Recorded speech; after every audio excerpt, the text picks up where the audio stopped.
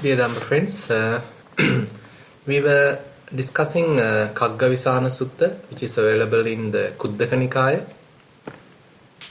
and this is one of the interesting suttas available in the Khuddaka Nikaya Sutta Nipata, where the seclusion, some noble seclusion, is fairly admired. Now, various suttas are there in the Sutta Nipata, as we discussed last time. These suttas are, even though the Sutta Nipata itself is somewhat not known to many people, but many suttas in it are very well known. Say, for example, you are quite aware of the Ratana Sutta, Karaniyametta Sutta, Mangala Sutta. So all these are actually available in the Sutta Nipata. From that Sutta Nipata, various suttas are taken out, singled out, and then compiled as a Paritta chanting book or Paritta book. So many suttas were taken from the Sutta Nipata, and therefore it is considered one of the ancient books pertaining to the Buddha's teaching.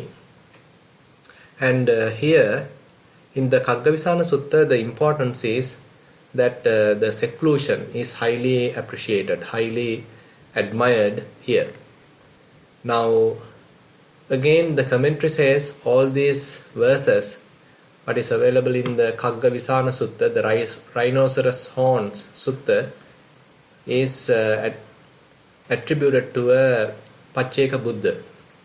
There are three categories of the Buddhahood, and the foremost one is the Samma Sambuddha, the second one is the Pacceka Buddha, and the other one is the Shravaka Buddha. The Samma Sambuddha is the person who self-enlightened and explained the Dhamma so that the others also able to realize the Dhamma, and so he has prepared or established a sasana, kind of a dispensation. There are many followers. So that is the typical Samma Sambuddha.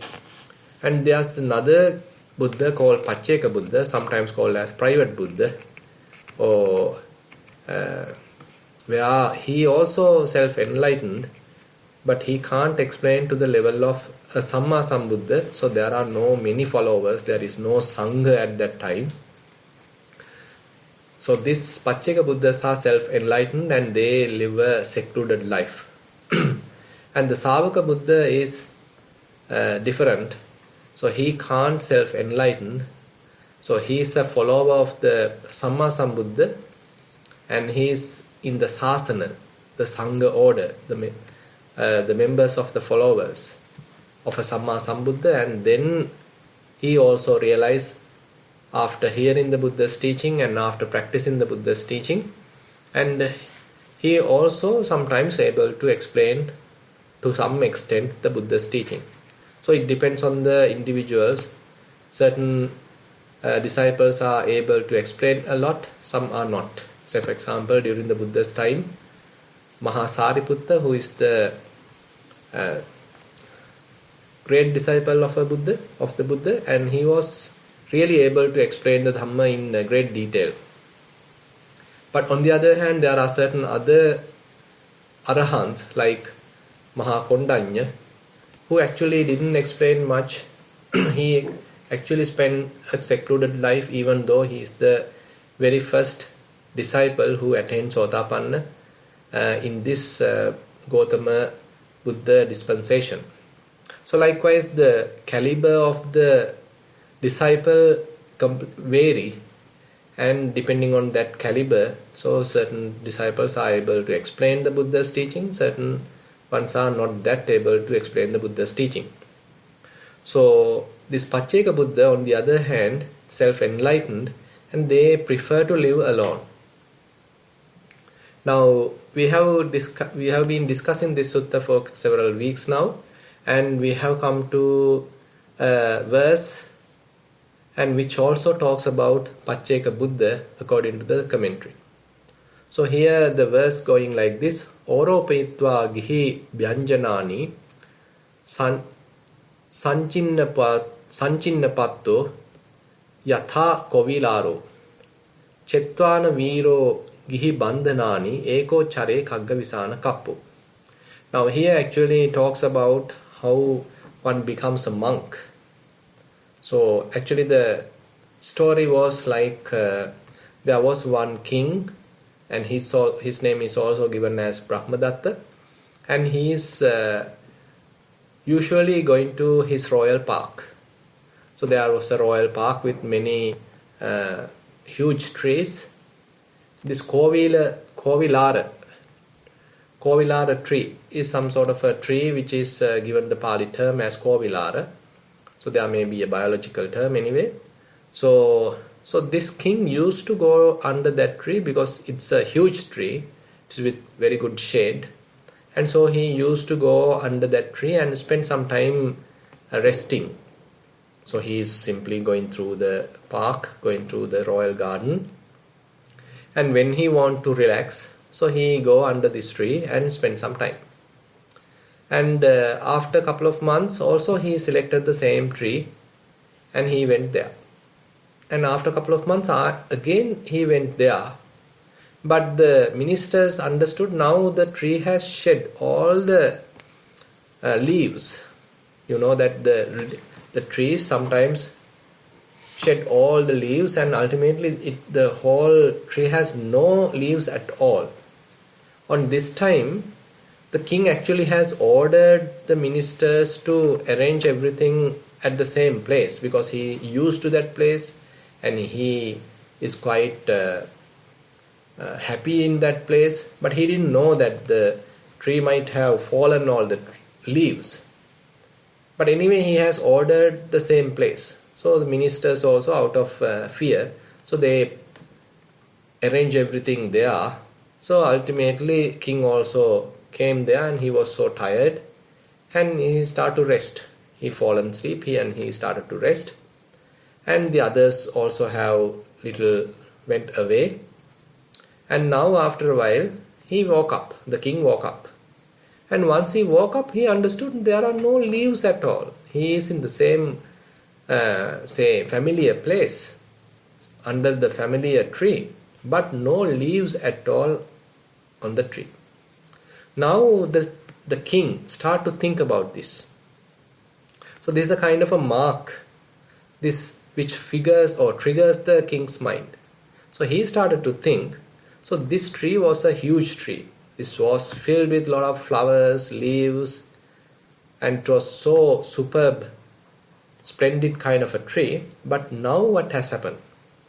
It has shed all the leaves. No, not a single leaf is available. Not a single leaf is available. Not a single flower is available. It's completely empty. It is so impermanent. So my kingdom is also like that. My life is also like this.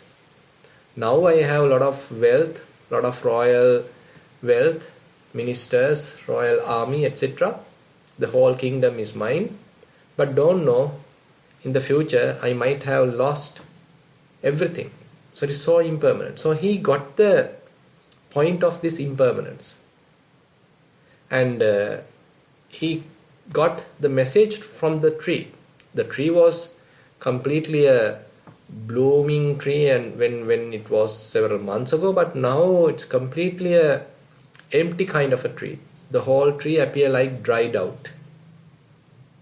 And so the king's mind aligned with the vipassana. So in order to start vipassana, in order to start kind of a reflection, so you need this kind of a triggering. So the king got this trigger by looking at the tree. It is an empty tree. No leaves, no flowers, no fruits. Just the kind of a dried out tree.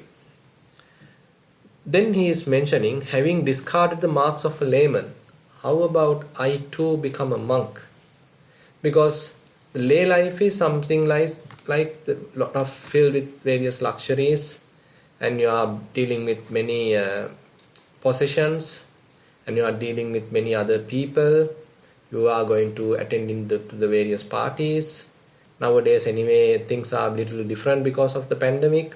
But the typical approach in the lay life is to be with many others, enjoying, laughing, eating, going here and there, and you are the more you have, more you happy.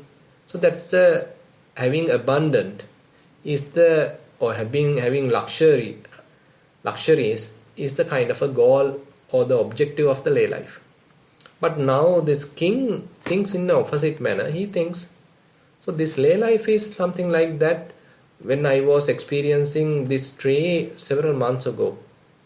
But the monk's life is something like now, where the tree has nothing basically, or nothing. It's a kind of a simple life. So the king's thought process now has aligned into that monkhood, and again his mind was triggered by that impermanence. So that has made him awaken to certain insights of the vipassana practice. So when you have such kind of an awakening, when you have such kind of a triggering moment, so you start to reflect. So your mind go to some deep understanding. Your mind start to concentrate and come back to yourself. You start to ponder how I have spent my life. So you do some sort of a reflection. So the same thing happened to this king. So he is now doing a wise reflection. So he is now thinking, how about leaving the lay life? How about leaving aside this kingdom, this kingship, and to have become a monk? So he is now thinking, and he has started to sort of more consider about this impermanent nature of this whole phenomena. As a result of that, when he is reflecting again and again on this impermanence, his mind has concentrated. So this concentration was well aligned with the understanding. So with a very quiet, concentrated mind, he starts to reflect about the body, and then he is able to attain Pacceka Buddhahood. And then actually the other people didn't know that now he is a Buddha. So the other ministers and all attendants, they after a while approached the king. Now he is a Pacceka Buddha, but still with the clothes, the king's clothes. And so they came and informed, great king, now it's the time to return back to the palace. Now the Pacceka Buddha is telling, no, I am not a king now, I am a Pacceka Buddha. So then the others are asking, Pacceka Buddhas don't look like this. I mean, you appear like a king. And then they ask, the king asks, the Pacceka Buddha asks, how is the way of the Pacceka Buddhas? Then the others tell, okay, they are wearing a robe and they are staying secluded. So likewise they started to explain. And immediately the whole thing has changed, and he got all the powers and he went away from all these people. Now he is completely secluded and he is the full-fledged Pacceka Buddha. So basically this story in a way sort of gives some sort of a comparison between the monk's life and the lay life. So typically the success of the lay life is considered based on the material wealth. So if you have several cars, if you have say several houses, maybe a very good or large garden, lot of properties, and many say huge amount of money on your bank account, several credit cards, a very good designation and very good social status, very good reputation, and your children are well educated. So many things are there to evaluate the success of a lay life. But on the opposite, the monk's life, the quite successful monk's life basically has very less possessions. So more a monk has, far from the monkhood. So I can remember Venerable KhaggaVisana Jinavansa Mahathero. So he is the founder of this whole Yogashrama Sanstha, to where Nissarana Vanaya and various other forest monasteries are belonging to. So he actually differentiates these two sides. And he mentioned very beautifully the lay life which doesn't have anything. completely poor. Say you don't have your house, you don't have enough money to live, you don't have any occupation, any job to do, and you are begging from others, you are taking many loans. So basically this kind of a lay life is not a successful lay life. On the other hand, if you are not in debt to anyone, and you have say very good remuneration, and your children are well educated, and you have a good wife and children, and enough wealth is there, and lot of properties are there, and you are fairly a very reputed person. So these are the points we can say, okay, he is leading a very successful lay life. But on the other hand, Venerable KhaggaVisana Mahathero, he beautifully says, now this is the wealth of the lay life. But the opposite is true to a monk's life. Now if a monk has all these things, so he has many temples, many monasteries to look after, say many students to look after, many wealth to look after, and he is maintaining several accounts, he has his own private money, and he has many robes, lot of properties, several cars, etc. So Venerable KhaggaVisana Mahathero mentioned, he is not a rich monk, rather he is the poorest monk. Because the monk's life is going on the complete opposite manner. So he say, a rich monk is a person who basically own nothing. Basically Buddha has mentioned that the monks should have very basic requisites. So those basic requisites are very well written, very well informed. For example, for a Upasampada monk, so the Buddha mentioned having double robe, single robe, and the inner robe, the Antaravasaka, and the ball. So those are the 4 main requisites one should have, a monk should have. Everything else are additional. So if he has a kuti, if he has a monastery, if he has a temple,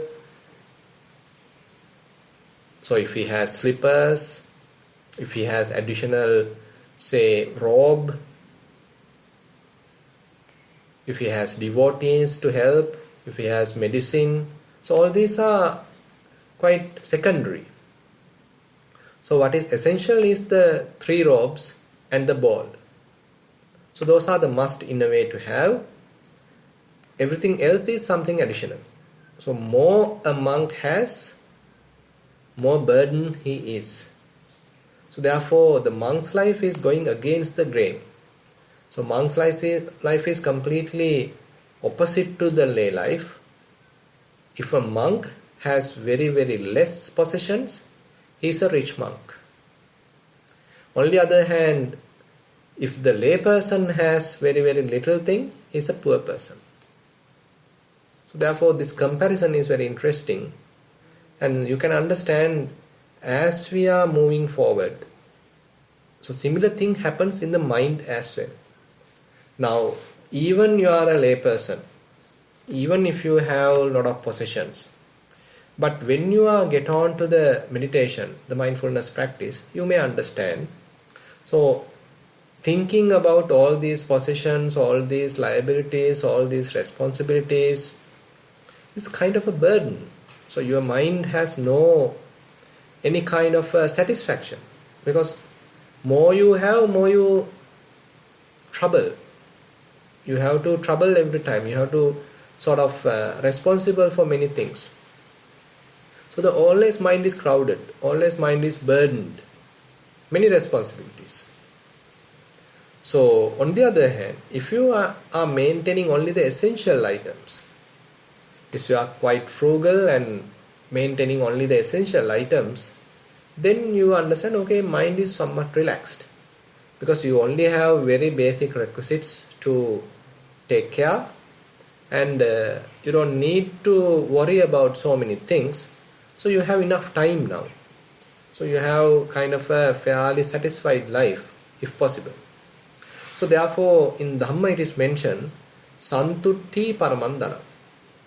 So, contentment is the great wealth. Typically, till our mind has craving, we are never satisfied. Either you are a layman or either you are a monk, you will never be satisfied till the craving is available in the mind. Craving is the one which is governing the mind. So till that, you don't feel completely satisfied. You may have many things. As a layman, you may have many things. As a monk, I may have many things. But till the craving is sort of overpowering, craving is predominant in the mind, never satisfied. Always feel unsatisfied. Always feel something lacking. Not fulfilled. But if we are continuing our practice and we are able to fade away this craving, keep aside the craving, not to become a slave to this craving, then we are looking our life in a different angle. Then we understand it is not the satisfaction of craving, the proper solution. There are various cravings are there, various desires are there. So what typically people do is to satisfy those desires. Suppose you want to have a very good car, so you sell your old car and you are going for a new car. Say if you want to enjoy very delicious food, so you go to a, say, popular hotel and you order a very good meal and you enjoy. So whatever the desire comes in the mind, so immediately you are trying to fulfill it, trying to satisfy it. But in this scenario, are these desires going to reduce or to completely satisfy? They never. And even though you have satisfied yesterday's desire, today also the same desire may arise. And you are again going to satisfy the same desire. Tomorrow also the same desire may arise. So you are going to satisfy the same desire. So satisfying desires, therefore, will not completely give the solution. More you satisfy, your desired expected level may even increase. Suppose you are happy today with a couple of dollars, and once you have it, tomorrow you need more in order to have that same satisfaction. Say after a couple of months, you need even more to have such satisfaction. So that our expected levels are continuously increasing. So people are never satisfied even they have the best opportunities, best wealth, because their expectations are quite high. So if we consider nowadays, so people have many things, unlike the good old days. In the good old days, the people's lives are very simple. Assume that we in Sri Lanka, we were completely dependent on the agricultural society, and they were doing, the paddy farming, and so they are going to the paddy field and they do the plowing, and they were working hard, and they were able to get good harvest, and they enjoyed their family life, they shared that wealth, and they were quite contented, quite happy. But nowadays, now we have many vehicles, a lot of industrial, applications. You have a cell phone, you have a camera, and you have a telephone, you have a TV, you have a piano, whatever it is. So many things are there, still not satisfied. So many completed things are there, various luxurious things are there, but still people are not satisfied. So we need to think in a way, so where are we going? So is it the development that we think, all this material development, will it give us enough satisfaction? So this is the dream that we are actually dreaming. Now the poor countries are dreaming to become a rich country. Poor countries are dreaming to have very good infrastructure, because they think that the very long led highways and many-story buildings, and all these things are the wealth of the country, and that is what the prosperity means. And so all countries are going after that model. And the countries which already have achieved that, are they really satisfied? Are they, or those all people living 100% happy? So they seems not, because if you consider many wealthy countries, so they have many issues. So once certain basic requirements are satisfied, then there are another set of requirements arise. Now they want to maintain that status, they want to become the superpower, and they want to maintain that, and the people are still not satisfied, so they want more freedom.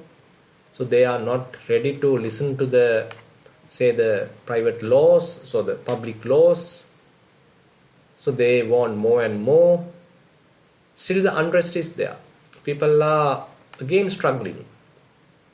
So likewise, even though we are satisfying the basic needs, still people are not satisfied. So therefore, satisfying desires is not the approach that Buddha is talking.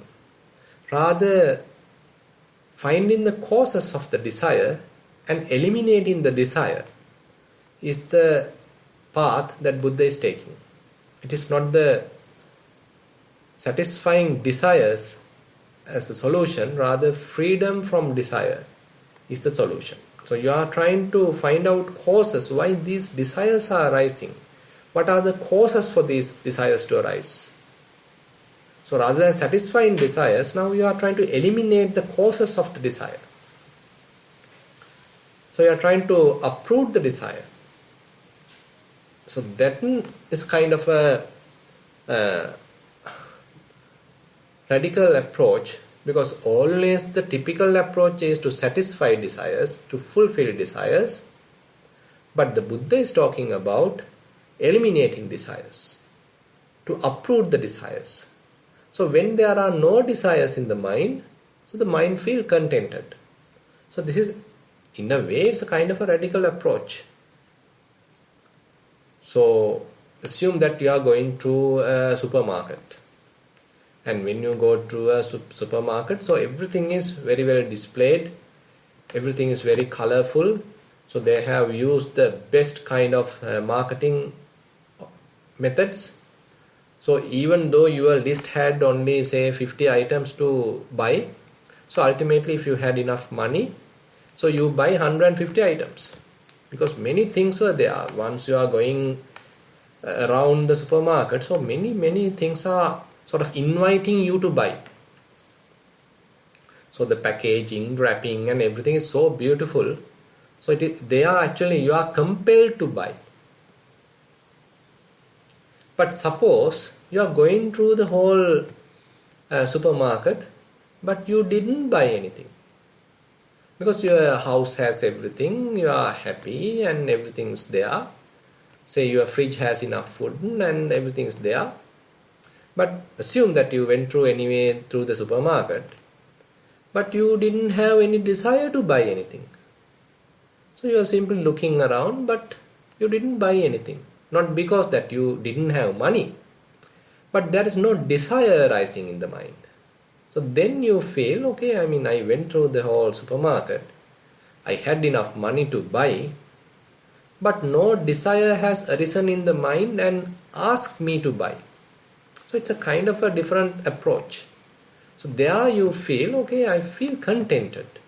So mind feel happy, internally happy. Not that mind is asking to be happy by going through some external triggering. Now we think that the external requisites are the ones make us happy. So that's why we are buying more and more things. So in order to satisfy the eyes, we are buying something. In order to satisfy ears, we are buying something.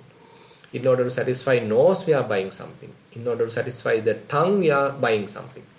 In order to satisfy our body, we are buying something. So likewise, we are continuously trying to gratify these senses. But even though you have enough opportunity to buy, if there is no desire to buy, and you feel completely fulfilled, contented, So that's a different approach. So therefore Buddha mentioned Santutti Paramang Dhanam. So if one feel contented, so that is the greatest wealth. So internally you are happy, internally contented, and you feel satisfied. So this is where Buddha's teaching is helping us to approach.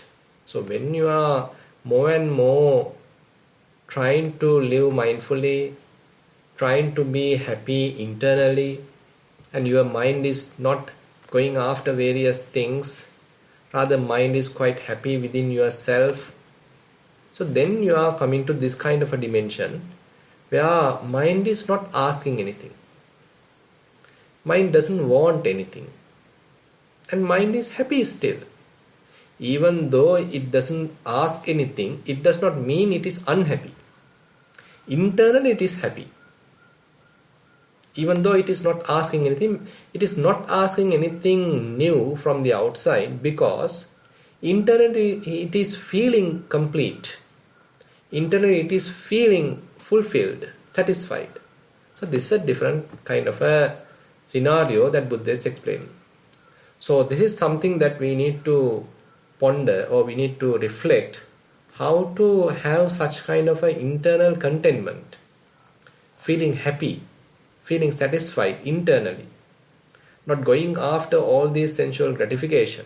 So this is something that we can think of. And with that invitation, with that direction, I like to conclude today's Dhamma sermon. Now I like to open the session for questions. There are 4 questions. Question number 1, general question. Dear Venerable Bhante, I listen to Nivana Nivima Dhammadeshna at times. And my question is, what is the book Bhante that you read and Venerable Mukuswamin Wansa explains afterwards? Who wrote this book? When was it written? It's amazing to listen to. Much appreciation and merits to all Bhantes with metta. That's the end of the question. Yeah, so that book is written by Most Venerable Katukurunde Jnanananda Mahathero, and it is written several years ago, and actually it was a very interesting book, and the invitation actually happened from the Most Venerable Maharshi Jnanarama Thero.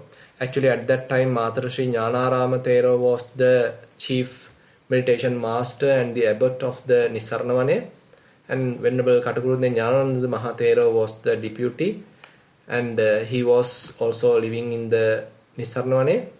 And Venerable Jnanarama Mahathero made a sort of an invitation to Venerable Katukurunde Jnanananda Mahathero to deliver a series of lectures or series of sermons taking the Nibbana as the topic, because there were many misunderstandings about the Nibbana. So some people were thinking Nibbana only possible after the death, and you can only achieve it in this different manners, and even who attain arahantship has many different things. So like different types of misconceptions were there around Nibbana. So Venerable Jnanarama Mahathero understood. So this Venerable Katukurunde Jnanananda Mahathero has the skill to explain Nibbana very well. So he invited Katukurunde Jnanananda Mahathero to deliver a series of sermons. At the beginning, Jnanananda Mahathero was quite reluctant because it's a kind of a challenging task. But again and again, Jnanarama Mahathero has persuaded him. So ultimately he agreed, and he delivered 33 sermons on Nibbana. So all these 33 sermons are available in the Seen Through the Net website. And again, the book what we are talking, what we are reading on every Tuesday is also available. So I am putting that linked to the chat box, so you all can go through it. Seen Through the Net .net, that is the website, and you can find all the Sinhala books and the English translations. The translations are also done by Most Venerable Katukurunde Jnanananda Mahathero, and he's a very academic, a scholar, as well as a meditator. And it's a combination of both were there. Not only a scholar, but also a very good practitioner. So he was able to deliver these 33 sermons. Yeah. Question number 2 of 5. Mindful sitting. Dear Bhante, during the last 3 to 4 months, I did not get any chance to practice sitting mindfulness.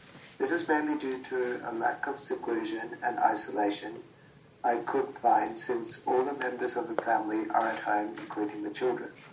Last year it was not so bad as I could find 1 or 2 slots in the morning where everyone in the household was out, so that I can practice sitting at least 1 to 2 hours continuously. Therefore, my practice these days are mainly being vigilant on the thoughts while engaging with others and doing walking outside the house wherever possible. Since I've practiced several years under yours and Bhante Dhammajiva's guidance, I feel fortunate that I can use whatever the mindfulness practice I have developed in this time. During day-to-day activities, when I engage with others, I can observe how the mind reacts to various inputs and situations. Anger, lust, frustration, fear, liking, and disliking seem to rise and fall all the time, and leaving traces of different trails in the mind. I feel these trails as a form of pressure or stress in the mind against the relaxed, non-attached, expanded mind I have experienced during the sitting practice some time back. This relaxed state was observed after the breath faded away completely, and mindfulness was established without any focused central object. For some reason, this is the background mind state, or the reference I use to compare the state of the mind during observations of thoughts and various feelings. I've never done mindfulness of thoughts and feelings specifically, thus thought of checking if this is the correct practice. With metta, that's the end of the question. Yeah, actually I can agree with you.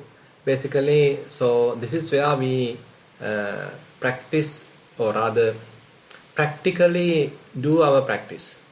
So when you do some formal practice, say you are going to a secluded place, sitting cross-legged and paying your attention to in-breath and out-breath, and you are trying to recognize various feelings, etc. So this is the kind of a formal practice. But that practice, so those skills that you have developed through such formal practice has to be applied in the day-to-day activities. So that is what you have done. So you already have practiced to some extent and were able to develop some amount of skills, and now you are applying those skills in various activities. And one important activity is the observation of the mind. So this observing the mind actually has to be an ongoing task. So it actually naturally will happen. So you start with Kayanupassana, paying correct attention, enough attention to the body, and developing various skills. So as you are continuing, automatically you may have a trend to look at the mind, and that skill is slowly developing. And you may start to watch the mind. What are the moods I am going through? What are the emotions arising? Am I becoming emotional? Am I happy? Am I desperate? So am I unhappy? So likewise, sort of different mind states start to appear, or you start to be mindful about those kind of different states, mind states. So that's an outcome of the practice, and then you actually can use those states as a input to the practice. So now you are practicing Chittanupassana, where you are continuously observing the mind and continuously on guard, on check the mind. So you are not overcome or overpowered by those various kinds of emotions. So you are, when assume that there is a lustful thought arising, so you are aware of it. When an angry thought arising, you are aware of it. So this is how we are, in a way, further refining our practice, further strengthening our practice. So you are doing well. But anyway, time to time, having your secluded time or seclusion is also necessary. So don't forget that. So it's necessary to have kind of a privacy, necessary to have a seclusion.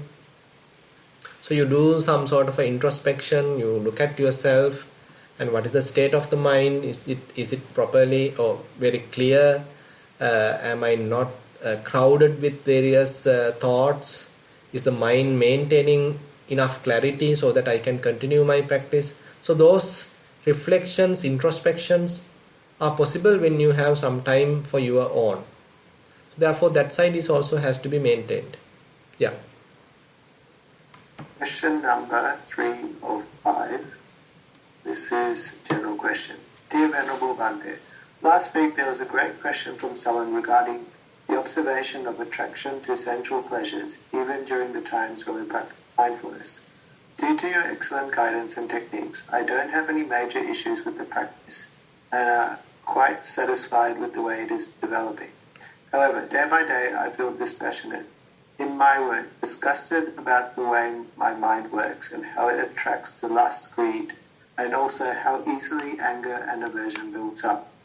Based on your teachings, I understand this is the first step where mindfulness shows how mind works and how we react as an internal mirror.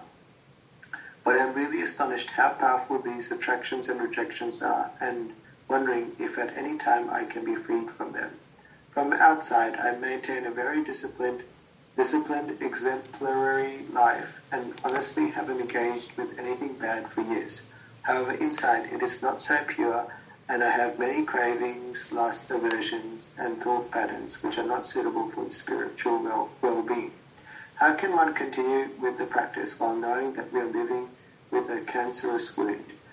Thank you for your valuable insights. That's the end of the question. So this is actually a very honest reflection. So even though we are monks, so still we have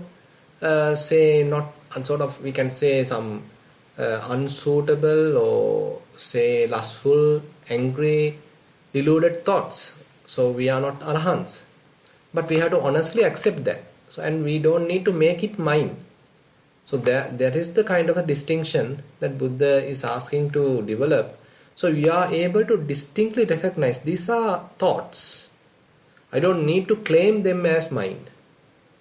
And as we are able to disengage from these thoughts, so that is the key in the Chittanupassana. So if you can remember Chittanupassana, how Buddha explained, Saragan chittanti pajanati, Vitaragan chittanti pajanati, Sadosan chittanti pajanati, Vitadosan chittanti pajanati.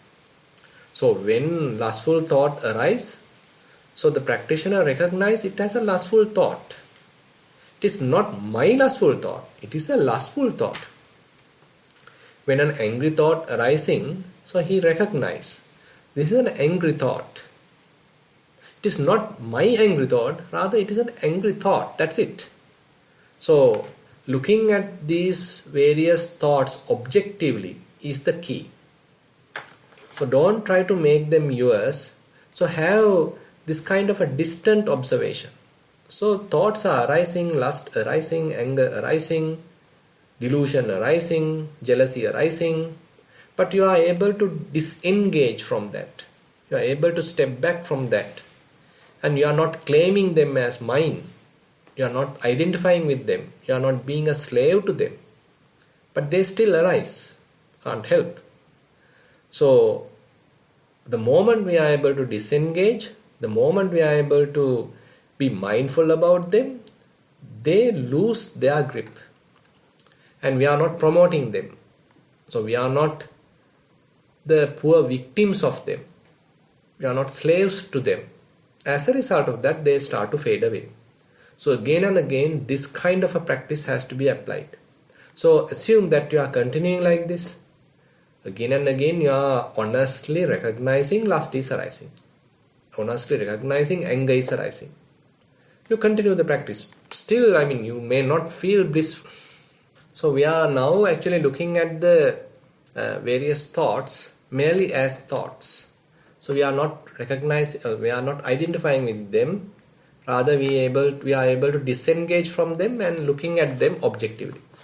So this is where we are able to have a sort of distant observation, disengaged observation. So when we do that, so these different kinds of habits, traits, lust, hatred, delusion, avarice, envy, jealousy, all these different types of things. So they don't get enough strength to continue. So they continue only if we identify with them, only if we claim that they belong to me. The very moment that we are able to disengage from them and looking at them objectively, so they loses their power and they start to fade away.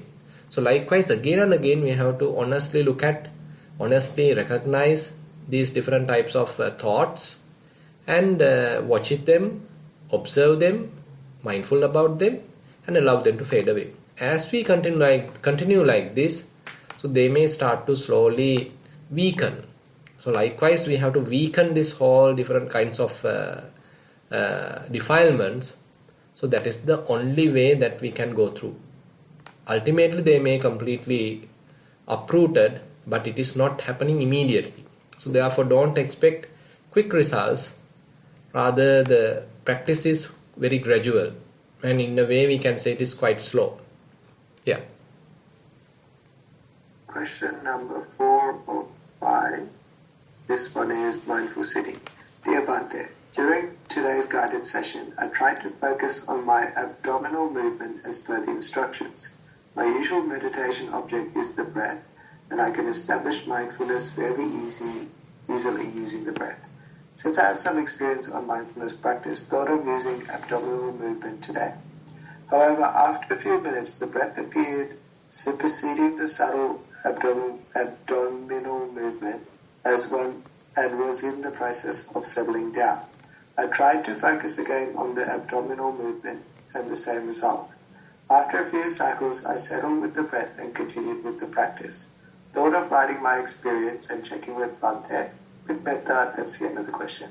Yeah, no harm. So basically, when you are capable of keeping breath as your primary object, you can switch back to the breath and say time to time, I mean, not necessary in a way, it's not necessary at all to go to the rising and falling. You can continue in mindfulness on breathing. But later, sometimes if you are switching to the elements meditation, probably you can recognize rising and falling also as a phenomenon of air element, kind of a manifestation of air element. So here today in your practice, you switching back to your normal breathing practice is quite acceptable, no problem. Question number 5, I think this is the last one. General question. Bhante, regarding today's Dhamma sermon, during the practice, many of us come through the state where mindfulness can be established without any object or attaching to any sense basis. Is there a link, or does this continuous practice help us to reduce craving? That's the end of the question. So can you repeat the last sentence? Sure. Is there a link, or does this continuous practice help us to reduce craving? Definitely, yeah, definitely. Because say when your mind is not attached with anything, so when your mind is objectless, so that indicates that the mind is not become a slave to any craving. So when you are able to maintain unattached mind, quite detached mind, a mind which is not established anywhere, so that means it is free from craving. It's temporary but free from craving. So if you are able to maintain that even with less effort, so that indicates you have some subsided craving. Craving is not coming to the front. Craving is weakened at that moment. More we are able to maintain an unassociated, unattached, undefiled, relaxed state of mind, that on the other hand indicates your craving has weakened and subsided.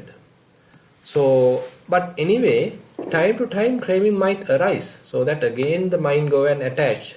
So at that time you have to clearly recognize it. Mindfulness has to show that, and as a result of that you should be able to letting go that desire. So that is the point.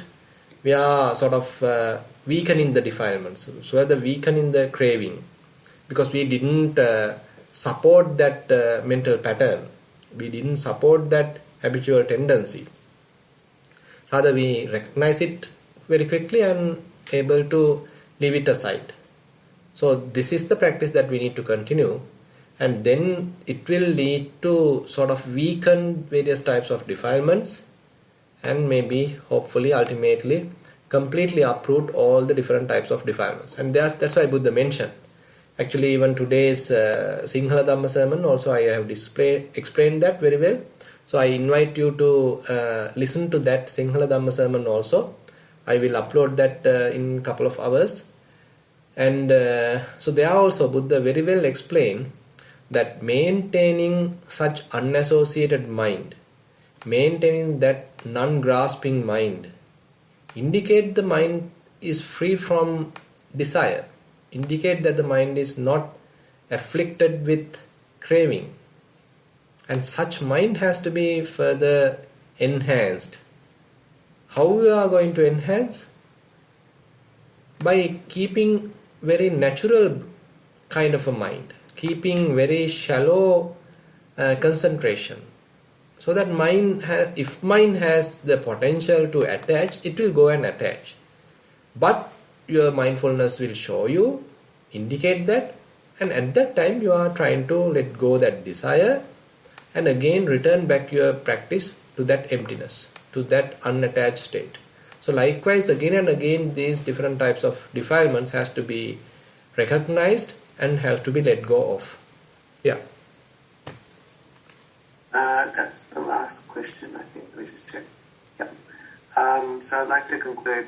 We're a little bit early, but we'll finish up. I'd first of all like to thank Bhante for giving up valuable time for this program and also passing on our merits. I'd also like to thank the people who are working behind the scenes to make this program happen, as well as those people seen and unseen participating. And last of all, to the participants, because without you, there would be no program.